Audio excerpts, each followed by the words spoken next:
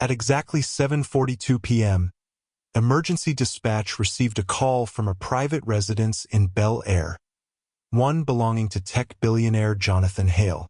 Paramedics arrived in under 6 minutes, but it was already too late. He was found seated in a high-backed leather chair inside his soundproof study with a single gunshot wound above his right ear. The room was undisturbed. No forced entry. No signs of a struggle. His luxury watch remained on his wrist, his wallet untouched, and a glass of untouched bourbon still rested at his fingertips. The only abnormality? The home's state-of-the-art surveillance system had shut down precisely 32 minutes before the estimated time of death. Jonathan Hale wasn't just rich, he was powerful. A billionaire who built one of the most successful clean energy companies in North America, hailed in the press as a visionary, admired by Wall Street, invited to private White House dinners. He was the man who, to outsiders, seemed to have it all. Power, respect, a sprawling mansion, and a beautiful wife by his side. But that image, the perfect power couple, the fairy tale life, was just that, an image. As the investigation began, officers quickly dismissed the idea of a robbery. Nothing was missing. The safe remained locked. The staff was accounted for. The alarm had been disarmed from within. It was too precise, too controlled. What unraveled in the hours and days that followed would leave investigators stunned. An anonymous tip, a string of encrypted wire transfers, and a connection to a known contract killer. Behind it all, a trail led directly back to someone no one expected. Elizabeth Hale, Jonathan's wife of 12 years. A woman known for her elegance, charity work, and quiet sophistication. The cameras had captured their smiles, their hand-holding at fundraisers, their red carpet appearances. But behind closed doors, there were rumors. There were secrets. There was a name that kept surfacing. A man no one was supposed to know about. This wasn't a random act of violence. It was orchestrated, carefully, calculated down to the minute. In the next 90 minutes, this case will unfold in chilling detail. From hidden affairs and secret phone calls to a murder-for-hire plot that stunned even veteran detectives. It's a story of wealth, deception, betrayal, and how a marriage built in the spotlight ended with a single shot in the dark. This is the Hale murder case. Jonathan Hale wasn't just a name, he was a symbol. A billionaire at the peak of his career. A man who had risen from humble beginnings to become the CEO of one of the most powerful tech companies in the world. To the public, he was everything they admired. Successful, innovative, charismatic. He was the kind of man that could command attention just by walking into a room. He made headlines for his philanthropic endeavors, for funding life-changing technologies that promised to revolutionize the world. He was seen as a visionary, the man who was going to change the future for the better. But in the gleaming halls of his mansion, surrounded by priceless art and the luxury that money could afford, Jonathan's life was far from perfect. His wife, Elizabeth, was his equal in every sense. Beautiful, poised, and every inch the picture-perfect socialite. Together, they were the power couple everyone envied. The ideal marriage. They lived a life most could only dream of. A life of jet-setting around the world, attending exclusive parties, rubbing elbows with the elite, and living in a home that looked like something out of a magazine spread. On the surface, it was flawless. They were the couple everyone admired, the ones who made everyone believe in love, in success, in the American dream. But that picture-perfect image?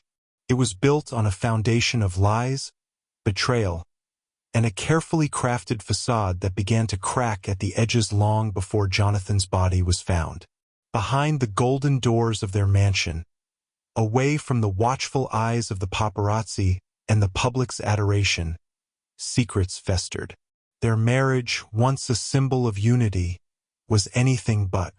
Elizabeth was no longer the devoted wife she appeared to be. Her marriage was far from the harmonious love story it seemed to be to the outside world. Jonathan's relentless drive for success had taken its toll, leaving Elizabeth feeling isolated, unimportant, and alone. She sought solace in the arms of others, first in the form of a brief affair with a fellow socialite, and then, more dangerously, with someone who was far closer to Jonathan than anyone could have imagined. Her lover wasn't a man from her world. He wasn't from the high society she had grown accustomed to.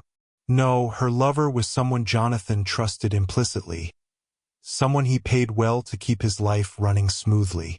Jackson Reed, Jonathan's personal assistant. A man who was just one rung below Jonathan on the corporate ladder, but who knew everything about Jonathan's schedule, his fears, his dreams, and most importantly, his vulnerabilities. Jonathan had been too busy to notice, too preoccupied with the empire he was building to notice the cracks in his own home. But Elizabeth had been plotting for months. She had found someone who could give her what she wanted, someone who could remove the one obstacle standing between her and the life she dreamed of. Her marriage, her future.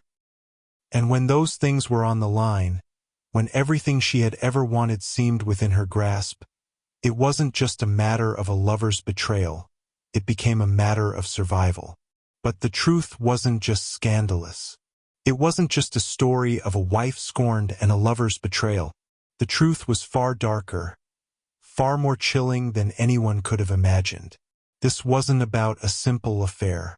This was about millions of dollars, power, control, and a contract murder that would shake the very foundation of the Hale family's legacy. A chilling realization began to settle in as investigators dug deeper into the case. The woman who should have been mourning her husband's death, the woman who had built a life with him, was the very person who orchestrated his demise. Elizabeth Hale wasn't just a grieving widow. She was a mastermind, and she had her sights set on something far more valuable than love.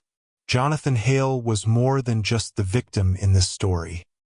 He was the pawn in a dangerous game of greed, ambition, and betrayal.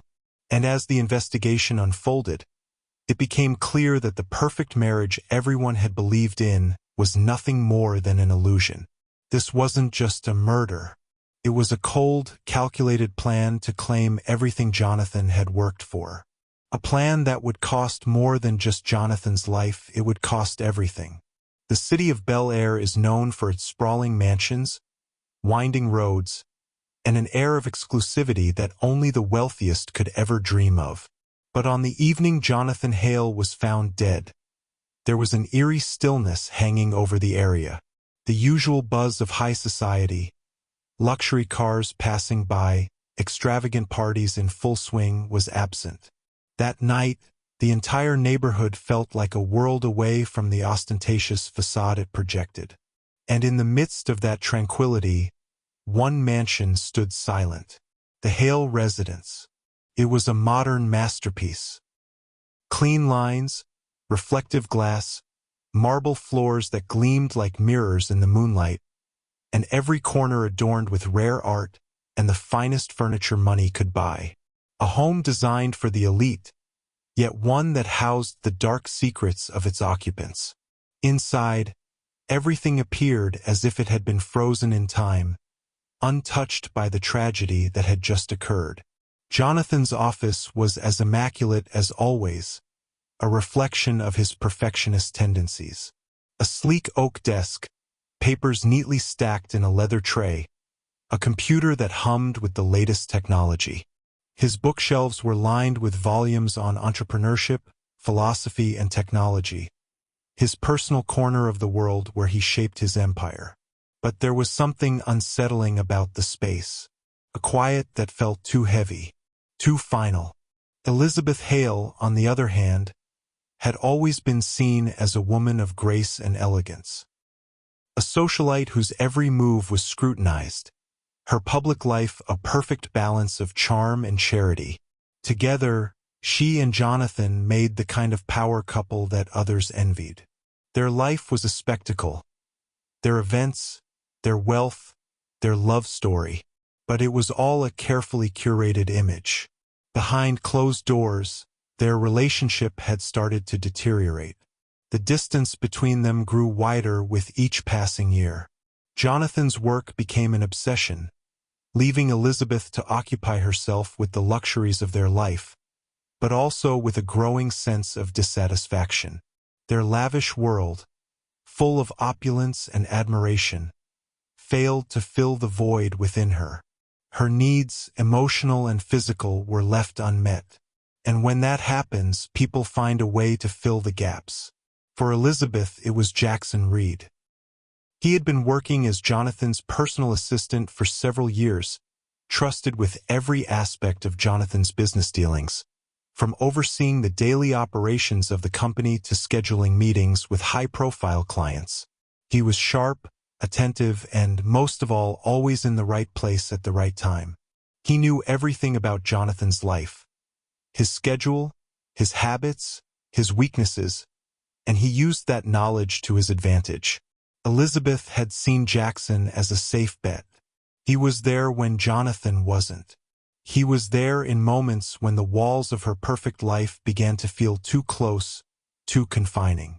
First, it was innocent. The stolen glances, the quiet conversations, the chemistry that could no longer be ignored. And then, just like that, the affair began. It was a secret, one Jonathan would never have suspected. But secrets like this always come to light, especially when there's so much at stake. And what was at stake was far greater than their marriage. Elizabeth had a plan. It wasn't enough to simply have a lover. No, she wanted everything. She wanted freedom. She wanted control. She wanted to take it all. And the man standing in her way was Jonathan Hale. The night before Jonathan's death, Elizabeth made her final move. The betrayal that had been simmering for months came to a head. She had called Jackson. They met in secret that night, finalizing the plans they had discussed over countless late-night phone calls. The plot was set in motion. Jonathan had no idea what was about to unfold. But the police? They would soon learn just how well-crafted this scheme had been. Elizabeth's desperation had crossed a line she never thought she would cross. And the consequences were about to be far worse than anything anyone could have predicted. By the time the first responders arrived at the scene, the truth was already beginning to surface, hidden just beneath the surface. The perfect marriage wasn't perfect at all. It was built on lies, fueled by greed, and shattered by an ambition so powerful that it led one woman to choose a contract killer over her own husband. What happened next would be a slow unraveling, but it would all lead back to the very heart of the Hale family. A family shattered by secrets and a deadly desire to keep them buried. The discovery of Jonathan Hale's body sent ripples through the tight-knit circle of elite business and socialites that had once surrounded him. At first, it seemed like an unfortunate tragedy, perhaps a botched robbery or some sort of personal vendetta. But as the investigation progressed, a chilling realization took hold. This wasn't just a random act of violence. This was an execution. And as the pieces began to fall into place, it became increasingly clear that Jonathan's death had been planned meticulously, with every detail carefully orchestrated. Detectives arrived at the scene within minutes of the call, greeted by the opulent calm of the Hale estate. There was no sign of a struggle, no shattered glass, no broken doors. The mansion's security system, which was usually impenetrable, had been deactivated exactly 32 minutes before the time of death. The cameras were wiped clean. Everything in the house remained untouched, except for Jonathan himself. He was found seated in his leather chair, an expensive brandy still in his hand.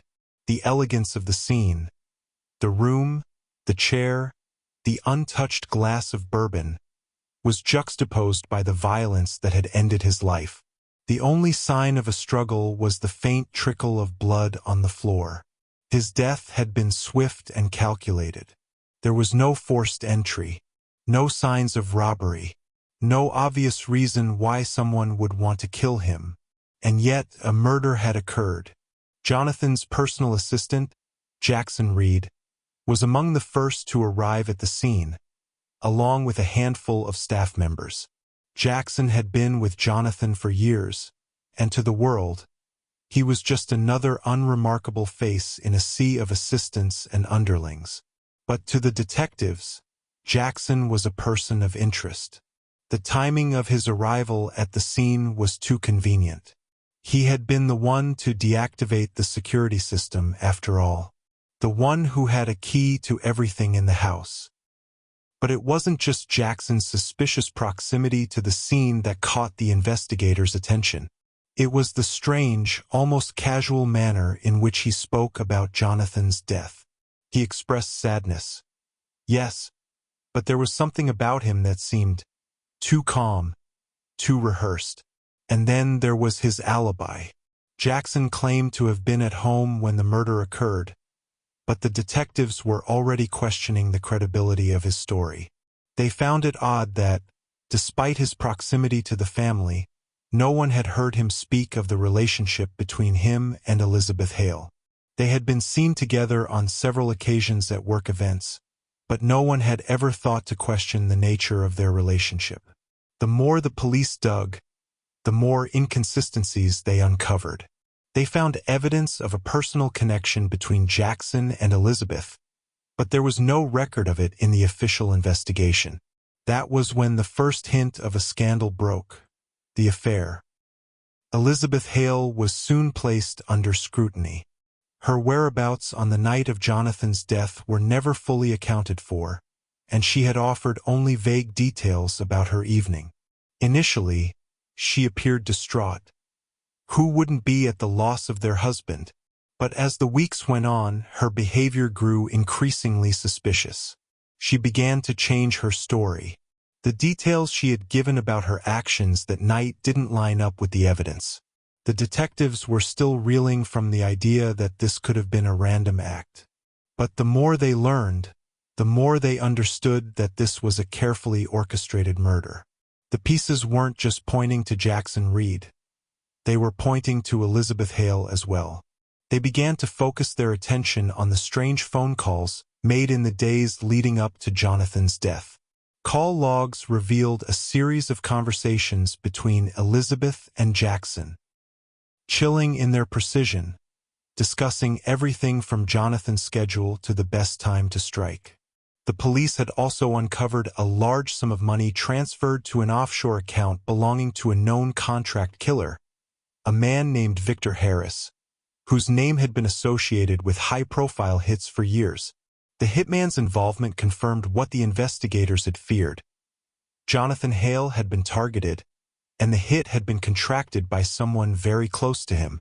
As the layers of this dark plot began to peel away, it became clear that Elizabeth had orchestrated everything: the affair, the murder, and the systematic elimination of her husband. She wanted freedom, she wanted money, and she was willing to go to any lengths to claim them.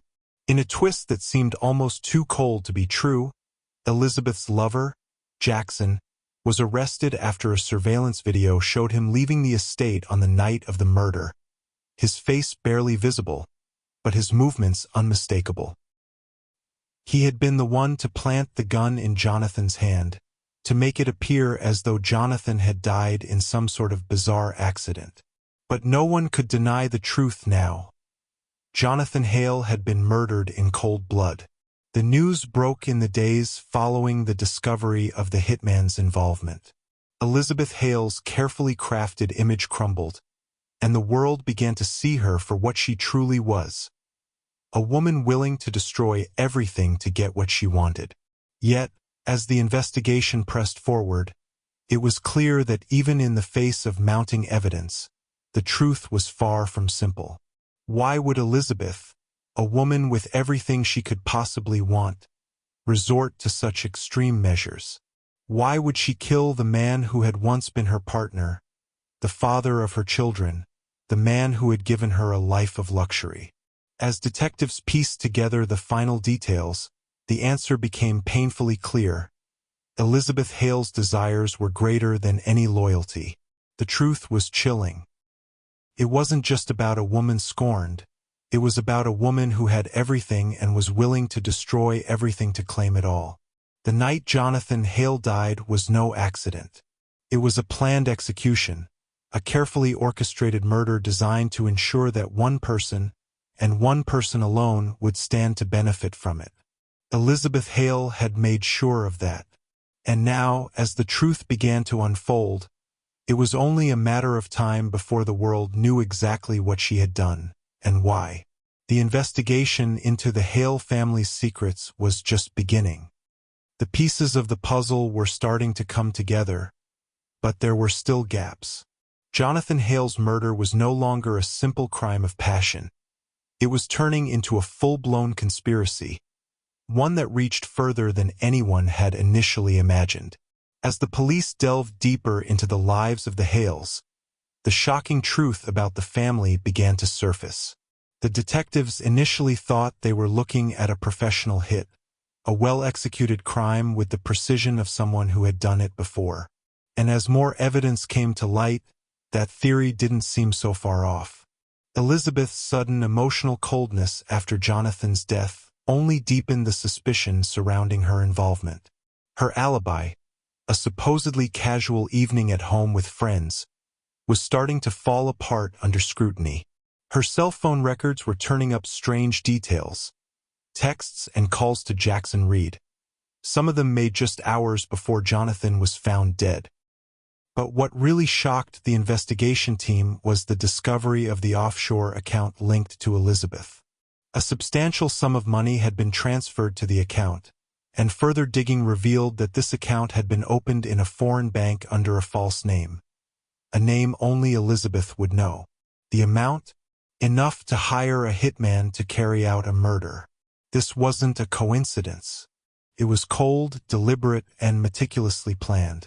The hitman, Victor Harris, had long been a figure in the underworld, known for his ability to disappear after carrying out jobs for the highest bidder. He had worked for wealthy clients in the past, but this time the authorities had found his trail. After tracking his movements and confirming his involvement in the murder, they began piecing together how the deal had gone down. Victor Harris had received a large payment for a contract that read like a business transaction. Elizabeth had met him at a secret location, away from the public eye, and negotiated the details. Harris, who was known for keeping a low profile, had no real connection to the Hales beyond this contract. His role was simple: kill Jonathan Hale and make it look like an accident. He had done this many times before, but this job was different. The stakes were higher. Elizabeth had arranged everything. She had made sure Jonathan's security system would be deactivated at the exact moment the murder took place. She had called Jackson Reed, telling him when to expect Jonathan at the house, and when he should leave. She had known exactly when Jonathan would be alone, at his most vulnerable, in his study. And when the hitman had finished his work, it would be Jackson who called 911, ensuring that the timing of Jonathan's death would match the alibi they had set up. But what was even more troubling for the investigators was the lack of emotion from Elizabeth. While others mourned the loss of Jonathan Hale, she didn't. She gave interviews with reporters, maintaining the facade of the grieving wife, but her actions told a different story. She didn't cry at the funeral. She didn't seem shocked, disturbed, or even remotely affected by her husband's death.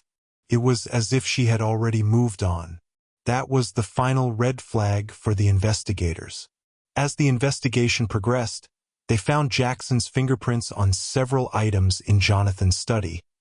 Items that should never have been touched by anyone but Jonathan himself.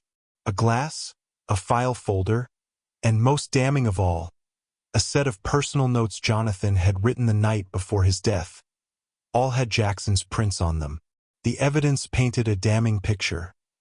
Jackson had been there, close to Jonathan, at the time of the murder. But what was still unclear was whether Jackson had acted alone or if he had been under Elizabeth's control. The police decided to bring Jackson in for questioning. His calm demeanor in the face of mounting evidence was unsettling. When asked about his involvement in the murder, Jackson feigned innocence. He claimed he had simply been in the wrong place at the wrong time. But his story didn't hold up under pressure.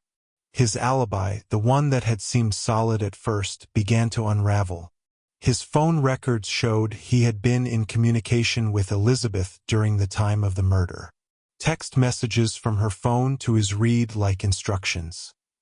"He'll be home soon. You know what to do." It was the smoking gun they had been waiting for. Jackson eventually cracked. He confessed to being part of the plan, but he refused to implicate Elizabeth directly. Instead, he claimed that Elizabeth had manipulated him, using their affair as leverage to convince him to go along with the plot. He described how she had approached him weeks before the murder, planting the idea in his mind. She promised him a life of luxury, of power, of freedom if they could eliminate Jonathan. The affair had been the gateway, but now, with the plan in motion, Jackson realized he had been nothing more than a pawn in Elizabeth's game. As Jackson spoke, Elizabeth's role in the murder began to come into sharper focus. She had played everyone, her husband, her lover, the investigators. It was clear now that she had been the mastermind behind the entire plot, and Jackson was the tool she had used to carry it out. In the coming days, more details about Elizabeth's involvement emerged. Investigators discovered a series of phone calls between her and Victor Harris. They had discussed the logistics of the murder, and Elizabeth had made sure that all the financial details were in order. She had even arranged for the hitman's escape route, ensuring that he would be able to vanish without a trace once the deed was done.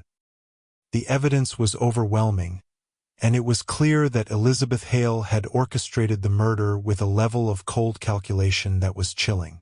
But the biggest question remained: why?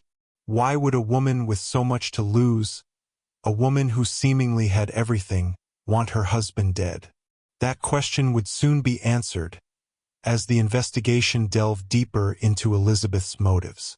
But one thing was already clear: Jonathan Hale's death was just the beginning of a much darker story.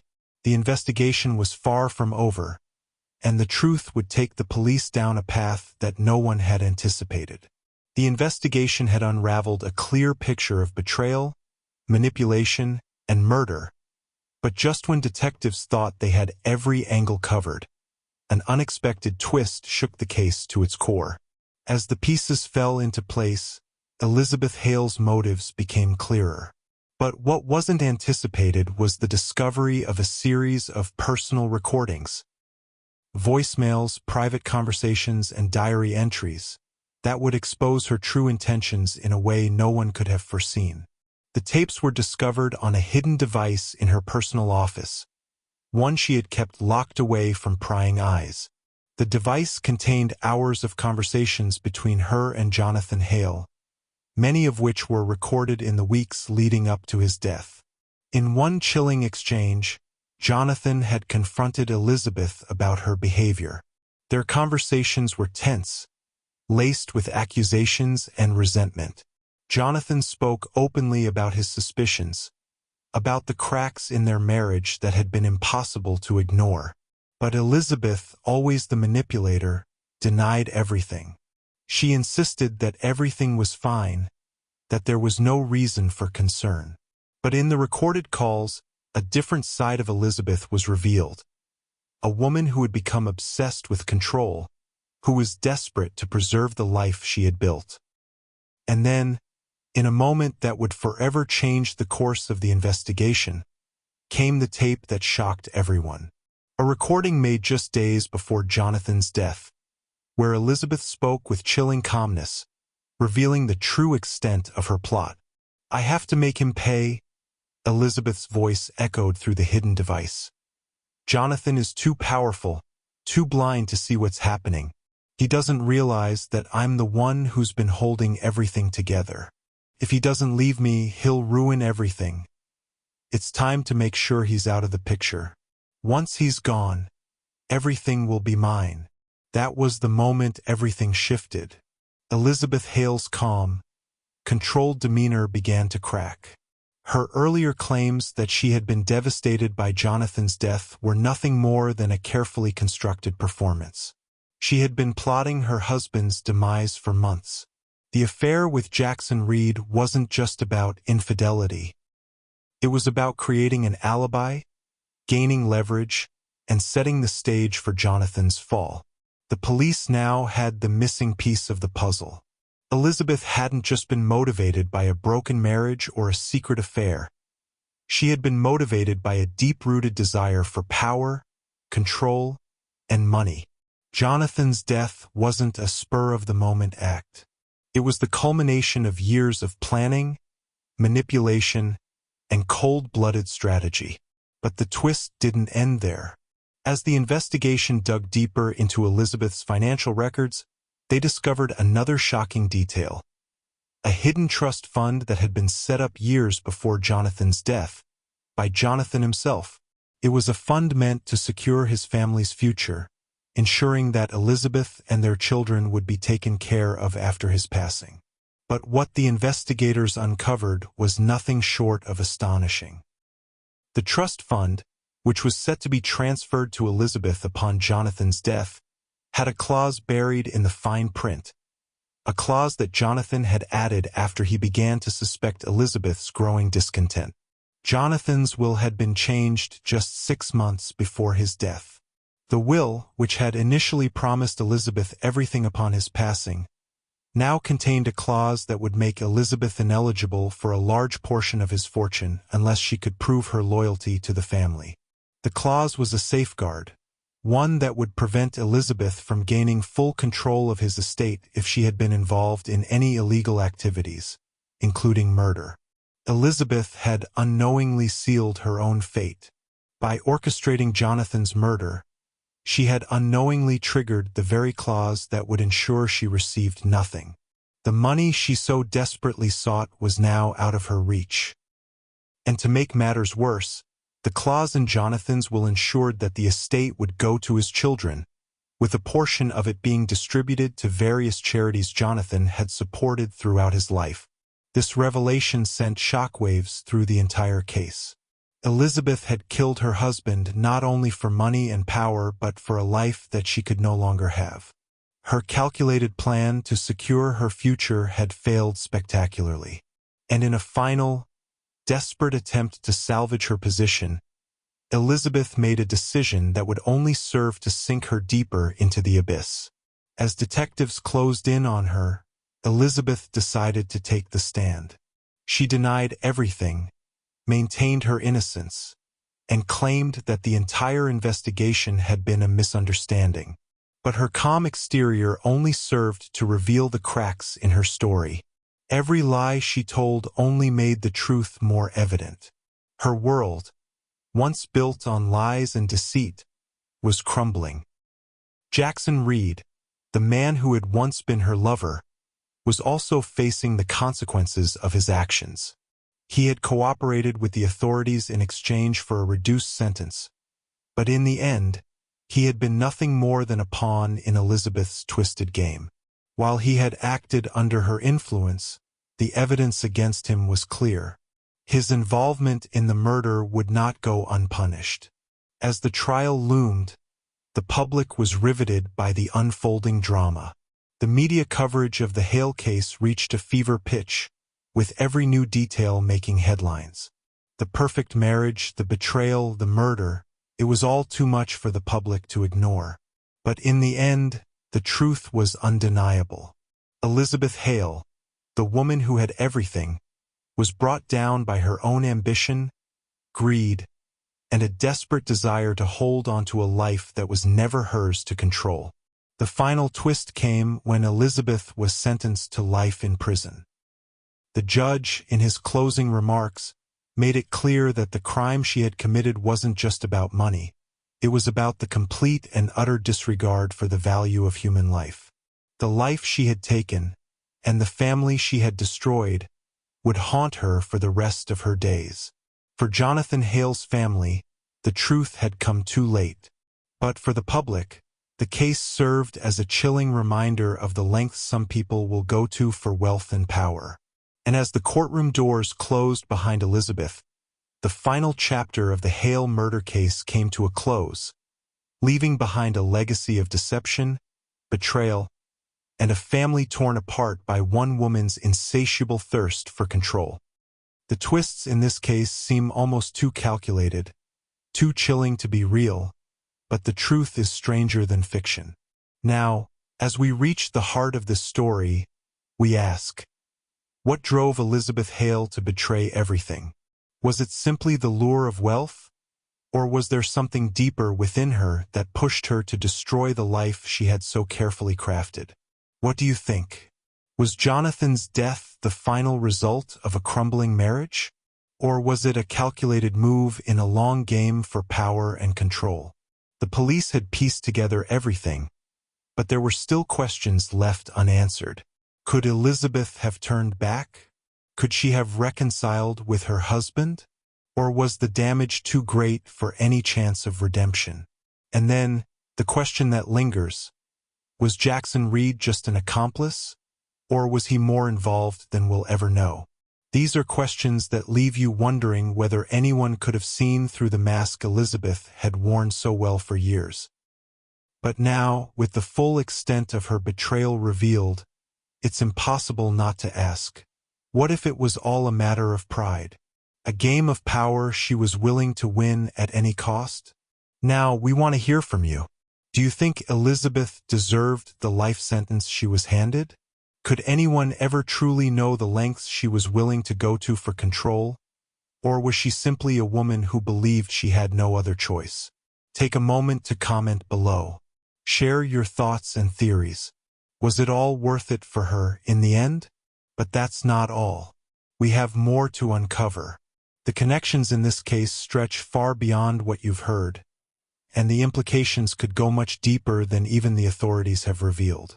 While you think about that, don't forget to hit like and subscribe for more true crime stories that will leave you questioning everything. Stay tuned because what we have next could shock you even more. Could another family's darkest secrets be hiding in plain sight, waiting to be uncovered? As the dust settles and the final verdict is read, one thing remains certain. The perfect life that Elizabeth Hale had worked so hard to build was nothing but an illusion. Her actions, driven by a desire for control, money, and a desperate need to escape the confines of her marriage, destroyed everything she held dear. Jonathan Hale's tragic death wasn't just the end of a life. It was the unraveling of a family. The very people who once admired and loved Jonathan are left to pick up the pieces of a broken legacy. His children, who will now grow up without their father, and his family, who will always carry the weight of the secrets he never knew. Elizabeth may have thought she could rewrite her future with one swift, deadly move, but in the end, it cost her everything. What she had destroyed could never be rebuilt. The wealth she thought she'd gain wasn't hers to keep, and the power she desired slipped further from her grasp with each passing day. And what about Jackson Reed? Once an innocent assistant, caught in the web of Elizabeth's manipulation, he too will pay the price for his involvement. The grip of guilt, knowing he had a role in ending the life of a man who had trusted him, will haunt him for the rest of his days. The courtroom drama may have ended, but the ripple effect of the Hale case continues. It raises important questions about loyalty, love, betrayal, and the lengths people will go to for control over their lives. What happened behind those mansion walls? What led Elizabeth Hale to make the ultimate decision to kill her husband? The answers may never be fully understood, but the tragedy remains, etched into the memory of everyone who watched it unfold. This story is one that will linger in the minds of all those who follow true crime. The wealthy, the powerful, the influential, none are immune from the darkest desires that drive us. What do you think? Was Elizabeth simply a victim of her circumstances, or was she always a master manipulator, lying in wait for the perfect moment to claim it all? Let us know in the comments below. And remember, no matter how perfect a life may seem on the outside, we may never truly know what lurks beneath the surface. Now that you've heard the full story, don't miss out on our next episode where we delve into another shocking case. In our next video, we'll be revealing the bizarre case of a young woman who turned a seemingly innocent affair into a deadly betrayal. Trust me, you'll want to be there for this one, because it's going to be one you'll never forget. If you haven't already, make sure to subscribe to our channel so you never miss a gripping true crime case again. Click the notification bell to stay up to date with all of our latest videos. And while you're here, check out our playlist of most shocking true crime stories, filled with cases that will leave you questioning human nature itself. If you thought the Hale case was wild, just wait until you hear the next story we're working on. Thank you for watching, and remember, truth is often stranger than fiction. Until next time.